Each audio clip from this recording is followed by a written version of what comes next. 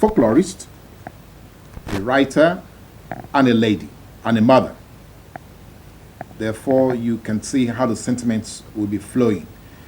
So we're going to be talking about childhood development. We're going to be talking about upbringing. We're going to be talking about living correctly. We're going to be talking about education. We're going to be talking about the Nigerian dream. My pleasure to invite onto Close Flow. I want to sound the name right. That's why I'm looking at my pad. Adaputa Lydia Jaja, but she's fondly called by our friends, our family, and I'm sure most of our tutors as Data. Data. Yeah, yes. Data, you're welcome to Close Flow. Thank you, sir. Yeah, good morning. I tried to read, that's your book, that's your first book. I want to start with that, then we'll go to other issues. That is Tamuno and his Tall Tales, and I dare say that book seemed to be taken from one of the teledrama that we used to run here on NTA called Tales by Moonlight. Were you inspired by Tales by Moonlight to write this?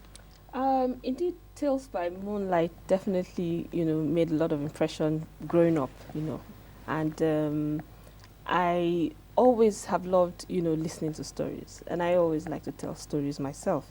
So yes, indeed, I would say yes, it did make an impression on me, growing up, and it must have, done something to my line of writing. Thinking, yes. Okay, yes. So that is kudos to NTA. I don't know how many children out there, many of our viewers who are probably watching this program will remember Tales by Moonlight. But then, the idea was to use animal themes, Indeed. as instructive, to morals, values, and all. So yes. Can you let us see a glimpse of what Tamuno and the Tall Tales, therefore, will be? With Tamuno and his Tall Tale, using animals. Animal stories are stories that definitely would interest children. So their attention span is really short. So you need something that would make them, carry on, listen to you and say, oh, you mean a tortoise can do this? Or a lion can say this, or, a goat will walk, and eat eat rice like we do and stuff like that. So yes, I used animals for my books just the same way Tales by Moonlight, used animals, yes. To catch the attention of children and still drive home the point, good morals. Okay, so can you give us in a nutshell I don't want you to go, because see, if you tell us the whole story, there are many parents may not want to go and get the book. So can you tell us in a nutshell what you have in Tamuno? Who is Tamuno? Okay. And then what role did it play that it became like, as it were, the icon of the book? Well, he is the main character. Okay. Now, Tamuno himself is a very funny character. And always, from the book, it shows that clearly that he did like to take care of his family.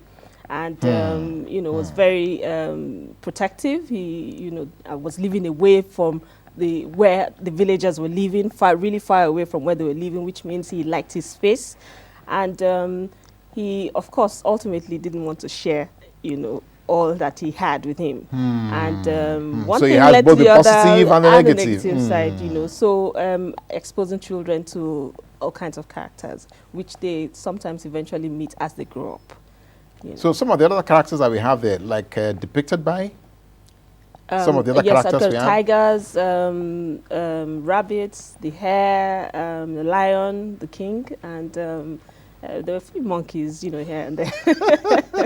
I like that. So can we see a copy of that? Yes, because once we go away from here, I'm sure we'll be talking about other issues. This is Tamuno and the Tall Tales, quite, easy to go through. Yes. Very handy for short children. Very short, yes. Okay, now, so the question therefore will be, how important is literature to child development? How really important is it? Okay, very, very honestly, literature really is something that actually mirrors the society. And as such, when children are growing up, they don't only learn from their families or from their friends, so to speak, people immediately around them. So what you want to also do is expose them to other things, like other cultures. You want to expose them to as many things as possible through reading. So that when they do eventually get to meet some of take for instance some of those circumstances. Yeah, take for instance characters. they can deal with these situations. You tell them that you say things like maybe the tortoise, take for instance the book story, again. yes. In this story, you say the tortoise didn't want to share, and then they actually see somebody who you know, meet somebody who doesn't want to share, they can relate to this. Okay, yeah, but some people are like that. But is it such a good thing to do? And then they can, you know, on their own decide whether to, you know, allow the person, you know, be as the person is and appreciate the person for who the person is, or make an effort to say, no, you shouldn't be like this, you know. So with literature and children, you can never go wrong with teaching them, you know, good morals through literature. So that, for me, I think that's the key with them introducing children to literature. Okay, now from a personal experience, how have you dealt with the written word? I mean, how has that helped your own personal development? First, as a person, before you now translate it to helping children.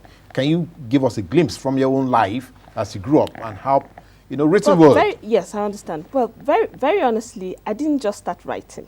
When I say I didn't just start writing, what I mean, just flow into it. What I mean is I actually had a lot of difficulty, you know, reading, speaking, writing, growing up. You know, it was so... That would be incredible. Anybody watching now be wondering what she's talking about. You know, but I couldn't write, I couldn't read, I couldn't at some point in my life. And a lot was happening, you know, and I only knew what was happening to me. And didn't quite share with even my parents. But I summoned courage to tell my brother one day, and I said, look, I'm being bullied in class, you know. And he said, really? And I was in primary 3 when this started, because then it started taking a turn in my life, you know. It started making me...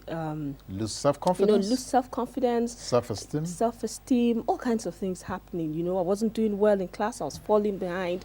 And this was happening to me, and my brother would just come into the class and say, if you bully my sister again, you know, but without me actually saying, this is the person doing this or that is, you know.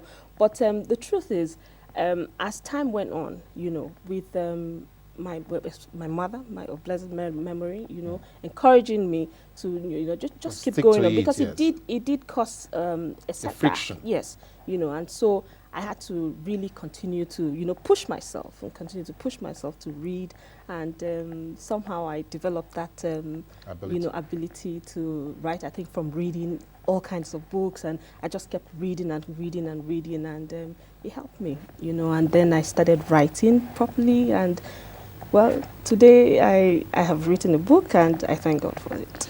Now,